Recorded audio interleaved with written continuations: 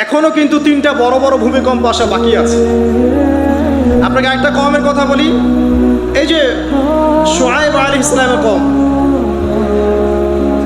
যাদেরকে মাপে কম দেওয়ার কারণে আল্লাহ পাক ধ্বংস করেছেন। কোন কারণে? মাপে কম দেওয়ার কারণে। আল্লাহ রাব্বুল আলামিন ভূমিকম্প দিয়ে ধ্বংস করেছেন এই প্রথম এই কওমটাকে, যারা ছিল শুআয়ব আলাইহিস সালামের কওম। তাদের অপরাধ খুব বড়সড় ছিল না, কিন্তু আপনি দেখেন তারা শিরকের পাপ করতো, ঠিক আছে, এই পাপটা মোটামুটি ধ্বংসপ্রাপ্ত সব কমই করেছে। এই শিরকের পাপ বাদ দিয়ে তারা আরেকটা বড় পাপ করতো, একটা বড় পাপ করতো। সেটা কি? তারা মাপে কম দিত, অন্যদেরকে ঠকাতো, মানে জনগণের সম্পদ লুট করে মাপে কম দিত। এই একটা কারণে আল্লাহ পাক শুআয়ব আলাইহিস সালামের কওমকে পুরো ভূমিকম্প দিয়ে ধ্বংস করে দিয়েছে। আমি আপনাদেরকে জানিয়ে রাখি যে আমি যেহেতু আখিরুজ্জামান স্টাডি করেছি বা করছি, এখনো কিন্তু 3টা বড় বড় ভূমিকম্প আসা বাকি আছে। নবী করিম সাল্লাল্লাহু আলাইহি ওয়াসাল্লাম একদিন মসজিদের সামনে দিয়ে যাচ্ছেন, সাহাবীরা ভিতরে বসে আছে। সাহাবীরা কোন একটা বিষয়ে কথোপকথন করছেন। নবী করিম সাল্লাল্লাহু আলাইহি ওয়াসাল্লাম জিজ্ঞাসা করলেন, তোমরা কি নিয়ে কথাবার্তা বলছো? সাহাবীরা বললেন যে আমরা কিয়ামতের আলামতগুলো নিয়ে কথা বলছি। তখন নবীজি বললেন সাল্লাল্লাহু আলাইহি ওয়াসাল্লাম, 10টা আলামত আসার আগে কিয়ামত হবে না। কয়টা আলামত? 10টা। এই 10টা আসার আগ পর্যন্ত কিয়ামত হবে না, নিশ্চিন্ত থাকতে পারেন। কিন্তু এই 10টা কবে চলে আসবে এর কোনো গ্যারান্টি আছে? নাই। তার প্রথমটা হচ্ছে দাজ্জাল, মাসিহুদ দাজ্জাল মানুষের রূপে বের হবে। 2, ঈসা ইবনে মারইয়ামের আগমন, নবী ঈসা আলাইহিস সালাম আসবেন এবং তার হাতে দাজ্জাল নিহত হবে। কোথায় নিহত হবে সেটাও বলে দেওয়া আছে, প্যালেস্টাইনের বাবেলুদ নামক জায়গায়, যে জায়গাটা অলরেডি প্রস্তুত। 3 নাম্বার হচ্ছে দাব্বাতুল আরদ, জমিন থেকে একটা অদ্ভুত প্রাণী বের হবে যে মানুষের সাথে কথাবার্তা বলবে। এটা হাদিসে আছে, কিন্তু তা আমরা এখন নিঃসন্দেহে 90% মানুষ বিশ্বাস করবে না। এবং যারা একটু বেশি চেতনাধারী তারা বলবে যে মোল্লা মুন্সিদের কথা শোনো, প্রাণী বলে আবার কথা বলবে। কিন্তু হ্যাঁ, এই কথাটাই যদি নাসা বলে, যে হ্যাঁ একটা প্রাণী আছে পৃথিবীর গভীরে, সে অচিরেই বের হবে এবং কথা বলবে, দেখবেন সবাই বিশ্বাস করছে। দেখেন চিন্তাগত শিরক। দেখেন যখন আমরা ওইসব মিডিয়া থেকে কোনো কথা আসে, আমরা নিশ্চিন্তে নির্দ্বিধায় বিশ্বাস করি। আল্লাহ পাক হাদিসে বলছেন, নবী হাদিসে বলছেন দাব্বাতুল আরদ বের হবে, মানুষের সাথে কথাবার্তা বলবে, মানুষ বিশ্বাস করতে চায় না। আর কি? ধোঁয়া। এই ধোঁয়ায় আকাশ ছেয়ে যাবে, ধোঁয়া দিয়ে আকাশ ছেয়ে যাবে। এবং এত বড় ধোঁয়া বিশ্ববাসী কখনো দেখে নাই। এখন অনেকে বলছেন, এখনকার আধুনিক স্কলার যারা, অনেক স্কলারের এটা মত, এটা কিন্তু হাদিসে নাই, তাদের মত হতে পারে যে একটা নিউক্লিয়ার এক্সপ্লোশন হবে। সারা ওয়ার্ল্ড তো এখন নিউক্লিয়ার যুদ্ধের সামনে দাঁড়িয়ে আছে, তখন হয়তো বা ধোঁয়ায় পুরো বিশ্ব ছেয়ে যেতে পারে। এটা তাদের মত, এটা হতেও পারে, নাও হতে পারে, হওয়ার সম্ভাবনা কিন্তু আছে, উড়িয়ে দেওয়া যাচ্ছে না। ঠিক আছে? 4টা। 5 কি? 5 হচ্ছে ইয়াজুজ আর মাজুজ। ইয়াজুজ আর মাজুজ এই প্রকৃতি বের হবে, এরা কিন্তু আদম সন্তান, এবং তারা পৃথিবীর পানি খেয়ে শেষ করে ফেলে দিবে, মহাসাগরের পানি খেয়ে শেষ করে ফেলে দিবে। তারপর এই যে 6, 7, 8, এই 3টা হচ্ছে 3টা বড় বড় ভূমিকম্প, যেটা বলতে গিয়ে বেজে গেছে। এই 3টা ভূমিকম্প এখনো আসা বাকি আছে। নবীজি বলেছেন একটা পৃথিবীর পূর্ব দিকে হবে। পূর্ব দিক কোন দিক? বাংলাদেশ, পাকিস্তান, মায়ানমার, আপনার শ্রীলঙ্কা, এই পুরো কন্টিনেন্ট পূর্ব দিক, পৃথিবীর পূর্ব দিক। কোন কান্ট্রি এটা তো বলা হয় না, পূর্ব দিক বলা হয়েছে। এবং এখানে ভূমিকম্প বলা হচ্ছে না, বলা হচ্ছে ভূমি ধসে যাবে, মানে পুরো ভূমিটা নিচে চলে যাবে। এখন যারা এগুলো নিয়ে গবেষণা করেন তারাও কিন্তু সেম কথাই বলছেন, খেয়াল করে দেখেন। তারা হয়তো বিজ্ঞান দিয়ে ব্যাখ্যা করছেন, কিন্তু হাদিসে কিন্তু এটা বলা আছে। আরেকটা হচ্ছে পৃথিবীর পশ্চিম দিকে। আর পশ্চিম দিকে কেন হবে জানেন? সমকামিতার কারণে, সুদের কারণে, জেনার কারণে, পর্নোগ্রাফির কারণে, এবং সারা বিশ্বকে তারা যে জুলুমটা করছে, এই জুলুমের প্রতিফল হিসেবে আল্লাহ পাক ধসিয়ে দেবে। এর কোনো অস্তিত্বই থাকবে না। এখন মনে হচ্ছে না যে পুরো সারা ওয়ার্ল্ডকে রুল করছে, অস্তিত্বই থাকবে, ভূমিধস।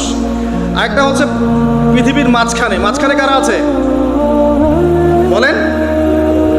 মাঝখানে আমাদের আমিরুল মুমিনিনরা আছে এখন, নাকি?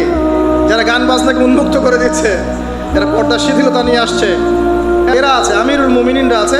তো সেখানেও একটা ফিতনা অপেক্ষা করতে থাকেন। তো এই কথাটা বলতে গিয়ে আমি এখানে এসেছি। পৃথিবীতে কিন্তু এখনও 3টা বড় বড় ভূমিকম্প বাকি আছে। আর সর্বশেষ আলামত হচ্ছে ইয়েমেন থেকে একটা আগুন বের হবে, বিশাল আগুন। এই আগুনটা মানব জাতিকে হাসরের মাঠের দিকে তাড়িয়ে নিয়ে যাবে। এই 10টা আলামত না আসা পর্যন্ত কিয়ামত হবে না। অতএব আপনি এখন রিল্যাক্সে নাকে তেল দিয়ে ঘুমান নাকি ভাই? এই 10টা আলামত না আসা পর্যন্ত কিয়ামত হচ্ছে না। তবে এই 10টা আলামত আসার পটভূমি কিন্তু তৈরি হয়ে যাচ্ছে, এটা আমাদের খেয়াল করতে হবে। আচ্ছা আসেন, এই যে শুআয়ব আলাইহিস সালামের কওমকে যে ভূমিকম্প দিয়ে ধ্বংস করা হলো, এই ভূমিকম্প কখন আসে? আল্লাহ পাক বলছেন তার রাসূলের মাধ্যমে, যখন সমাজের মধ্যে পাপ বেড়ে যাবে, অশ্লীলতা বেড়ে যাবে, মানুষ মাদককে হালাল মনে করা শুরু করবে, জিনাকে হালাল মনে করা শুরু করবে, এবং এই যে বেপরদামি বেড়ে যাবে, তখন সমাজের মধ্যে ভূমিকম্প দেখা দিবে, ভূমিধস দেখা দিবে। গান বাজনা বাদ্যযন্ত্রকে মানুষ হালাল মনে করা শুরু করবে, তখন এগুলো আসবে। তো এগুলো কি আসার বাকি আছে এখন? কি মনে হচ্ছে? আল্লাহ পাক আমাদেরকে হেফাজত করুন, আমিন। বাঁচার উপায় কি? ওই যে বললাম, রব্বানা বলেন, আতিনা মিন লাদুনকা রাহমা ওয়া হাইয়্ লানা মিন আমরিনা রাশাদা। এভাবেই ইতিহাস নিজেকে পুনরাবৃত্তি ঘটিয়েছে। কওমে লূত, মনে আছে? লূত আলাইহিস সালামের কওম, ইব্রাহিম আলাইহিস সালামের ভাতিজা ছিলেন লূত আলাইহিস সালাম। তাকে আল্লাহ পাক একটা কওমকে দাওয়াত দেওয়ার জন্য পাঠালেন, যেই কওম এমন পাপ করছে যেই পাপ ইতিহাসে কেউ কখনো করে নাই। ওই কওমের আগ পর্যন্ত পৃথিবীতে কেউই এই পাপটা কখনো করে নাই। কি পাপ? কে বলতে পারবেন? সমকামিতা। কি পাপ? সমকামিতা। এখন তো অ্যাভেলেবল দেখছি আমরা, এখন আর অ্যাভেলেবল দেখছি না, ছেলে ছেলে বিয়ে করছে, মেয়ে মেয়ে বিয়ে করছে। এবং বড় বড় কান্ট্রিজ যেগুলো আছে, আমেরিকা, ব্রিটেন, অস্ট্রেলিয়া, কানাডা, সব জায়গায় এগুলো হালাল, এগুলো হালাল। স্বাধীনতা, বাক স্বাধীনতা। আর আপনি চাইলে একটা মেয়েকেও বিয়ে করতে পারেন, ছেলেকেও করতে পারেন। আবার কোরআনে বলেছে ছেলে ছেলে সমকামীর কথা, কিন্তু এই যুগে এসে আমরা দেখছি মেয়ে মেয়েও সমকামী। সুবহানাল্লাহ। এবং এটা আমাদের দেশে ছড়িয়ে পড়ছে, এটা কিন্তু অ্যালার্মিং একটা বিষয়। আমরা সবাই বাইরে ভালো মানুষের মুখোশ ধরে আছি ঠিকই, কিন্তু ভিতরে ভিতরে সমাজ এগুলো চলছে, এটাকে ডিফেন্ড করতে না পারি তাহলে কিন্তু সমস্যা। আগামীতে দেখা যাবে যে আমাদের পরিবারের মধ্যে এগুলো ঢুকে যাচ্ছে, নাউযুবিল্লাহ। একটা জরিপ বলছে যে 20 থেকে 30 জন মানুষের মধ্যে একজন মনে করে যে সমকামিতা ভালো জিনিস বা এটা একটা স্বাধীনতা। আপনি কেমব্রিজ অক্সফোর্ডের ডিকশনারি ঘাটলে দেখবেন, সেখানে আগে বলা হতো যে এটা একটা মানসিক রোগ। আপনি 10 বছর আগের ডাটা দেখেন আর 10 বছর পরের ডাটা দেখেন, এখন আপনাকে বলা হবে এটা একটা বাক স্বাধীনতা। আগে বলা হতো মানসিক রোগ। তো এই কওম ছিল কওমে লূত। আল্লাহ পাক এদেরকে এমনভাবে ধ্বংস করেছেন যেভাবে পৃথিবীতে কোনো কওমকে আল্লাহ পাক ধ্বংস করে দেয়, কাউকে না। কিভাবে? আল্লাহ পাক 2জন ফেরেশতা পাঠিয়েছিলেন, জিবরাইল আলাইহিস সালাম এবং মিকাইল আলাইহিস সালাম। তাদেরকে সুন্দর যুবকের আকৃতিতে পাঠিয়েছেন, সুন্দর সুন্দর যুবক। সুবহানাল্লাহ। এগুলো বলতে খারাপ লাগে যে এখন ছোট ছোট বালকদেরকেও দেখি বলাৎকার করা হচ্ছে না? নিউজগুলো পান না? আর আমরা এটা জঘন্য প্রতিবাদ করছি। আসলে কোনো কোনো ক্ষেত্রে দেখা যায় যে ইসলামী কিছু প্রতিষ্ঠানের মধ্যে এই রোগ ঢুকে গেছে। তো এটা কিভাবে হলো, আসলে কিভাবে হয়েছে আমি আপনাকে বলছি। দেখেন, আমি আপনাকে মূল জায়গাটাতে বলছি। এই যে মানসিক বিকৃতি, অসুস্থতাটা হয়েছে অনলি পর্নোগ্রাফির কারণে, অনলি পর্নোগ্রাফি। এবার পর্নোগ্রাফি দেখতে দেখতে সবাই বাসায় এগুলো ইন্টারনেটে, আপনার ফোনে সবাই যখন দেখতে অভ্যস্ত হয়ে গেছে, তখন ইন্টারনালি আমরা সবাই পশু হয়ে গেছে। এখন সামনে যেই থাকে, একটা ছোট বাচ্চা থাক, ছোট মেয়ে থাকে, 5 বছরের মেয়েকে দেখলাম রেপ করে ফেলছে। 5 বছরের মেয়ে, 5 বছরের মেয়ে রেপ হয়েছে কোথায়? বলতে চাচ্ছি না, কারণ এগুলো বললে তো নিজেদের দোষ প্রকাশ করা হয়। কিন্তু মানুষ ধর্ষকের কোনো ধর্ম নাই। সে হিন্দু, মুসলিম, নাকি বৌদ্ধ, খ্রিস্টান, না আলেম জালেম, এগুলো ধর্ম দেখার সময় নাই। আল্লাহ পাক বলেছেন তার রাসূলের মাধ্যমে ধর্ষণ হলেই প্রকাশ্যে মৃত্যুদণ্ড দিয়ে দিবে, যেই হোক, সে যেই হোক না, ওর কোনো ধর্ম নাই। সে একজন আলেম দাড়িওয়ালা মানুষও যদি হয়, তাকেও এই কাজ করতে হবে। তো চোরের কোনো ধর্ম আছে? ডাকাতের কোনো ধর্ম আছে? তো মিডিয়া আবার টেকনিক্যালি দেখবেন ওইটাকে হাইলাইট করবে বেশি, বিকজ এখানে একটা সুযোগ আছে ইসলামকে ডমিনেট করার জন্য। কিন্তু সেম ঘটনা কিন্তু অনেক বড় বড় সেকুলার প্রতিষ্ঠানে ঘটেছে, ওগুলো কিন্তু আমরা হাইলাইট করতে দেখি না। এটা আমরা বুঝি ইন্টেনশনটা কি। তবে এখানে একটা বিষয় ক্লিয়ার করতে হবে যে পাপী যেই করুক তাকেই শাস্তির আওতায় আনতে হবে। আল্লাহ পাক তৌফিক এনায়েত করুন বোঝার। এখন এমন একটা সময় চলছে, বাচ্চারাও এগুলো থেকে নিরাপদ না। 5 বছরের মেয়ে, 7 বছরের মেয়ে, কয়দিন আগে দেখলাম যে 2 বছরের মেয়ে, নাউজুবিল্লাহ, তার সাথেও নাকি এরকম ঘটনা ঘটেছে এবং উত্তরবঙ্গেরই ঘটনা এগুলো। আর এগুলো শহরের চেয়ে এখন গ্রামে বেশি হচ্ছে। কারণ কি জানেন, গ্রামে তো আগে মানুষ এই উন্মুক্ত পোশাক আশাক দেখতো না খুব বেশি। এখন যখন পর্ন চলে আসছে হাতে, বাসায় সব এগুলো দেখছে, তখন গ্রামে দেখবেন ধর্ষণ বাড়ছে না? এটা নিয়ে আমি আলাদা লেকচার দিয়েছি যে কতগুলো ধর্ষণ হয়েছে এই পর্যন্ত। এই বছরই লাস্ট এই বছরই দেখবেন রিপোর্টেড 1337টা রেপের ঘটনা ঘটেছে এই বাংলাদেশে। অ্যালার্মিং বিষয়। আর আমেরিকাতে প্রতি 6 জনে একজন রেপ হয়, আর রেপের রাজধানী হচ্ছে সাউথ আফ্রিকা, ওখানে প্রতি 3 জনে একজন রেপ হয়। তো এগুলো কিভাবে হচ্ছে? Only because of pornography. এটা যদি এখনও বন্ধ করতে না পারা যায়, আগামী ভবিষ্যৎ খুব খারাপ হবে। যেখানে সেখানে মানুষ জেনা করবে, যাকে তাকে রেপ করবে দেখে নিয়ে, বিকজ এটা ভিতর থেকে মানুষকে পশু বানিয়ে দিচ্ছে। আমরা জানি এর পিছনে একটা বড় ইন্ডাস্ট্রি কাজ করে, যারা সারা বিশ্বে প্রায় 98 বিলিয়ন ডলারের ব্যবসা করে পর্ন দিয়ে। শুধু আমেরিকায় ব্যবসা করে 12 বিলিয়ন ডলারের, সারা বিশ্বে 12 বিলিয়ন ডলার বোঝেন? 1 বিলিয়ন ডলার কত কোটি বোঝেন? 100 কোটি ডলার। বিশাল একটা ইন্ডাস্ট্রি আছে, এর পিছনে টাকা কাজ করে, টাকা, অনলি টাকা। আর এখানে যা দেখানো হয় সবই ফেক, এগুলো কোনোটাই সত্য না, এটা শুধু একটা অভিনয় আর কিচ্ছু না। তো এটা দিয়ে পুরো স্পেশালি মুসলিম যুবকদের ভিতরে এমন একটা মানে পশুত্ব ঢুকিয়ে দেওয়া হয়েছে যে জেনা, ধর্ষণ, বেহায়াপনা এগুলো বাড়তেই আছে দিন দিন। এটা না কমানো গেলে এবং মানে আইনের সুশাসন নিশ্চিত করা না গেলে ধর্ষণ কমবে না, জেনা কমবে না, ইফটিজিংও কমবে না, মেয়েদের অধিকার হওয়ার আদায় করা সম্ভব হবে না। এটা আমার মত।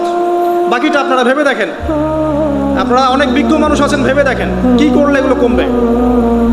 যদি না ভাবি আল্লাহ পাক কি করবেন জানেন? একটা হাদিস বলি খালি। জাইনাব বিনতে জাহাশ রাদিয়াল্লাহু আনহা তিনি বলছেন, ইয়া রাসূলুল্লাহ সাল্লাল্লাহু আলাইহি ওয়াসাল্লাম, আনুহলিকু ওয়া ফিনা সালিহুন, আমাদের মধ্যে সৎ লোক থাকা অবস্থাতেও কি আমরা ধ্বংস হয়ে যাব? আমাদের মধ্যে সৎ যে অনেক ব্যক্তি আছে তারা থাকলেও কি আমরা ধ্বংস হয়ে যাব? নবীজি বলছেন, নাম, হ্যাঁ তোমরা ধ্বংস হবে। ইযা কাসরাতুল খাবাস, যখন নোংরামি, অশ্লীলতা, বেহায়াপনা বাড়তে থাকবে, আলেম জালেম সব ধ্বংস হয়ে যাবে। তা আমরা আমাদের স্বার্থেই কথাগুলো বলবো, কারণ আমরা যদি এগুলোকে প্রতিহত করতে না পারি তাহলে আমাদের বাড়িতেও এই ফিতনা ঢুকে আসবে না?